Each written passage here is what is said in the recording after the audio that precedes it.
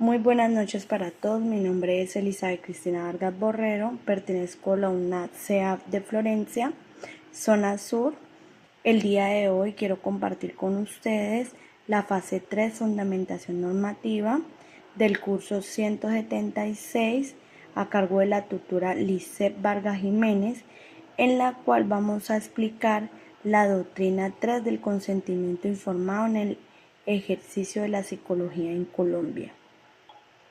Para abordar este tema es muy importante que tengamos en cuenta que el consentimiento informado es reconocido como un derecho del usuario y un deber del psicólogo según la ley 1090 del 2006, que es la ley que regula la normativa del profesional en psicología en Colombia.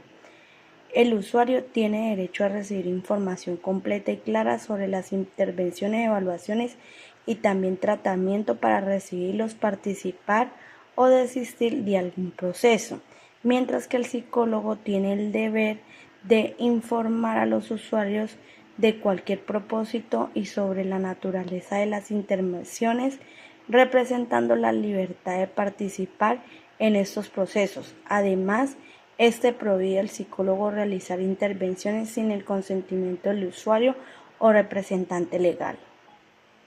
Siguiendo entonces con lo que debemos de saber antes de entrar en tema o en materia de la doctrina, debemos de saber quién regula el ejercicio ético en Colombia.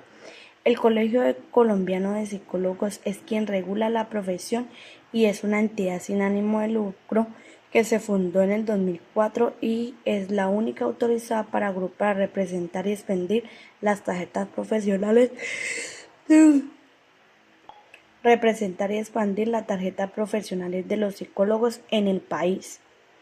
Dado a esto, entonces vemos quién es el que regula el ejercicio ético en Colombia y va de la mano con la doctrina que vamos a explicar a continuación. Tener en cuenta que el consentimiento informado en el ejercicio de la psicología en nuestros países pide el 5 de diciembre del 2008. Pero, ¿qué podemos decir de qué es el consentimiento informado? El consentimiento informado es una expresión clara y voluntaria que tiene el usuario después de recibir información detallada del psicólogo, es decir, que no solo es un documento, sino un acuerdo al que se llega entre el usuario, la persona y el profesional, el psicólogo. Abordando entonces más a fondo cuáles son esas clases de consentimiento informado que existen en Colombia.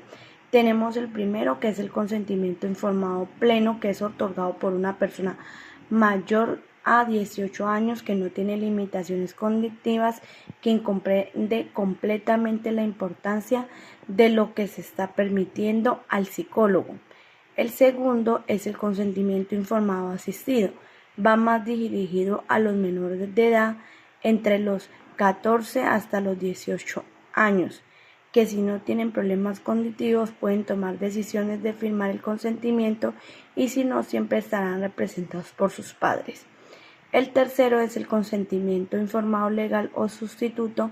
Esto se refiere al consentimiento dado por los padres o los sustitutos de sus hijos o personas consideradas por la ley como incapaces y aquellos menores de 12 años. Entonces vamos a explicar más detalladamente esto, qué quiere decir cada uno de estos consentimientos informados. Con el consentimiento informado pleno podemos decir que según la ley es el consentimiento idóneo porque se está otorgando al psicólogo pues el mayor de edad después de los 18 años, que es una persona que no tiene limitaciones cognitivas, le está dando al psicólogo esa capacidad de él poder abordar muchas cosas e intervenir en muchas cosas, siempre y cuando tenga el secreto de confidencialidad y sea acorde con lo que va a proceder. Es por eso que nos dice que este tipo de consentimiento no tiene ningún tipo de limitación. Es como el que más se otorga actualmente. Dentro del consentimiento informado asistido debemos de siempre comprender que no todos los menores de edad siempre están en la aceptación del mismo grado de desarrollo cognitivo. ¿Qué quiero decir con esto? De acuerdo al artículo 34 del Código Civil colombiano, que modifica la Corte Constitucional, en donde se reconoce que hay 3 referidas de menores de edad. Este nos dice que el primero, niño, es toda persona que ha cumplido 7 años. Impuner es toda persona que ha cumplido 14 años. Y adulto ha dejado de ser impune, pero no es mayor de edad, que comprende entre los 14 y los 18 años de edad. Es por esto que esos jóvenes que están entre la edad de 14 y 18 años en algunas ocasiones pueden tomar la decisión de firmar el consentimiento informado y será válido para el psicólogo. En otras ocasiones no será válido, más cuando no se llega a un consenso de que el menor de edad esté actuando bien o esté actuando mal. Otra referencia es como cuando los padres del menor o del adulto 14 a 18 años no están de acuerdo, porque muchas veces pueden estar en conflicto los padres y no se llega a un acuerdo. Más a fondo, el consentimiento informado legal o sustitutivo. Debemos de considerar que es un derecho o un consentimiento informado legal que se da a los padres en representación de los hijos que la ley ha definido como absolutamente incapaces o que tienen problemas cognitivos y que no se encuentran en capacidad. Por eso existe este consentimiento informado. Hay algunos elementos esenciales que hay que tener en consideración frente al consentimiento informado. Siempre la claridad de la información. Es súper importante de que el psicólogo dé una clara información. Este requisito es esencial, utilizado por profesionales en psicología.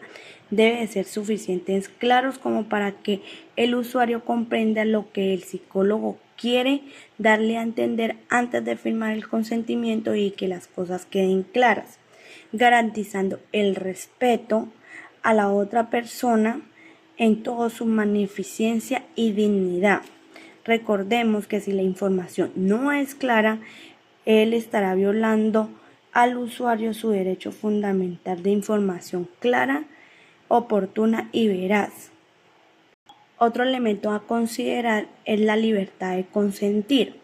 Dentro de esta podemos decir que las personas pueden tomar su propia decisiones, el ejercicio del libre albedrío, sin otras limitaciones que el derecho de los demás, en la manifestación suprema del desarrollo de su personalidad y evidencia el respeto a su dignidad humana por parte de los demás. En estos tipos de escenarios podemos decir que el psicólogo se concreta en 2 actuaciones: en darle al usuario una información clara y pertinente, contundente y oportuna, y explicarle la consecuencia de los resultados y las intervenciones, como también por otro lado cerciorarse de que el usuario haya entendido y comprendido a profundidad.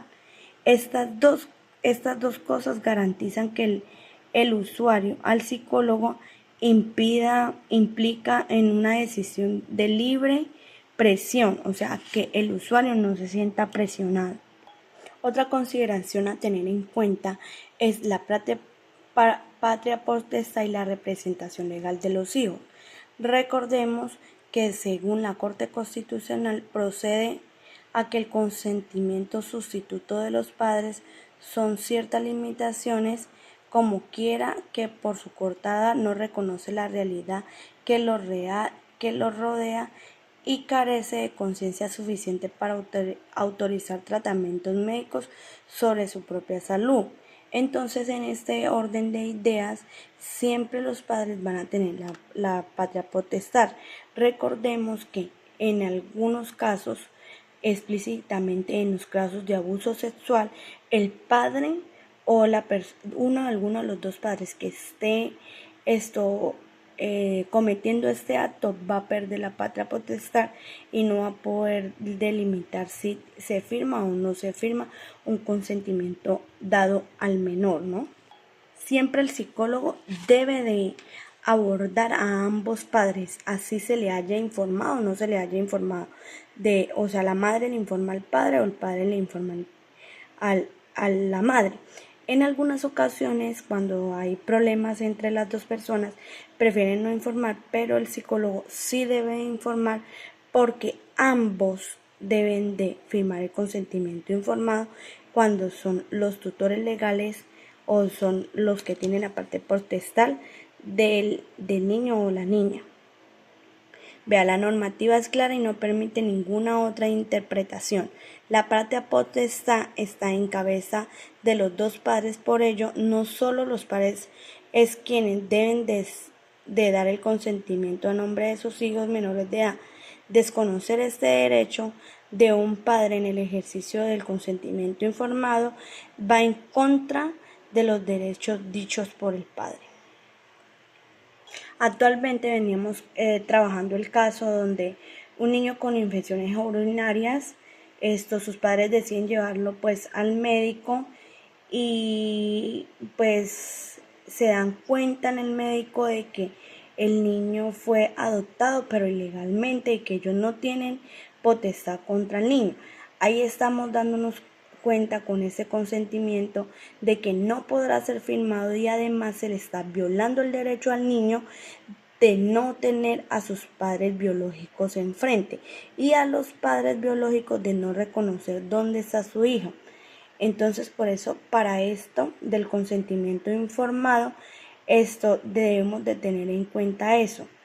En cabeza de los dos padres y el de conocimiento de los derechos de uno de ellos y en corteza el derecho del menor. Entre ellos es tener una familia. Es fundamental que el niño siempre crezca acobijado a base de su familia. Por eso, en los principios éticos del psicólogo, siempre debe apuntar al beneficio del niño, que en este caso es estar con sus padres biológicos. Aquí es donde nombramos de que la familia goza de una especial protección por parte del Estado y el niño está siendo vulnerado al estar con estos padres que no son sus padres y que conocen acerca de que lo adoptaron de una muy mala forma. Tener otra consideración, los consentimientos deben de ser por escrito. En este caso, el psicólogo no podrá hacer firmar ningún tipo de consentimiento porque sus principios éticos no lo dejan. Debe actuar bajo la no maleficencia, el beneficio, la justicia y la autonomía, ¿no?, de la persona. Entonces se le recomienda que actúe bajo sus principios y nunca perdiendo esto como un psicólogo. En este mismo ejercicio tenemos las excepciones generales del consentimiento informado y uno de estos es del que los padres estén cometiendo contra el menor algún abuso. En ese sentido, el consentimiento pasará a ser de importancia para un juez quien determinará si se firma o no o qué procedimiento se le dará al lugar. No el psicólogo. El psicólogo no puede ni influir ni tomar decisiones que no van de acuerdo a lo que se reglamenta en la ley. Recordemos entonces nuevamente que el objetivo del consentimiento informado es garantizar la dignidad del usuario, quien debe estar en la posibilidad de poder y decidir acerca de sus implicaciones, beneficios y riesgos de proceder por los profesionales. Como en última instancia tenemos los elementos claves para tener en cuenta el uso ético del consentimiento informado, que en este exigimos garantizar la transparencia en el proceso, el respeto a la autonomía del usuario, garantizar una evaluación adecuada de las situaciones, obtener por escrito el consentimiento informado, la necesidad de hacer una revisión periódica a los psicólogos para saber si están cumpliendo o no con la normatividad, el respeto a la confidencialidad, que es súper importante. El psicólogo no está autorizado a darle ningún tipo de información ajena si el paciente no lo autoriza, y la capacitación y actualización oportuna del psicólogo. Recordemos de que los consentimientos informados siempre están en una constante actualización que se publica en la página del Colegio Colombiano de Psicólogos, en donde se le modifica todo lo que puede tener el consentimiento informado y la capacitación que tiene que tener oportuna el psicólogo para estar enterado de eso. Aplicar correctamente el consentimiento informado implica el respeto a la dignidad del usuario. Muchísimas gracias, espero que les haya servido de mucho este aporte.